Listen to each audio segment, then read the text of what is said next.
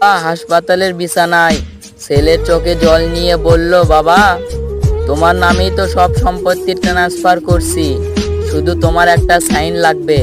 বাবা দুর্বল হাতে কলমটি নিলেন।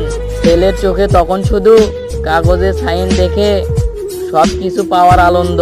কিন্তু বাবা কাপা হাতে সাইনে লিখেছেন, তুই আমার কখনো সন্তান হতে পারিসনি।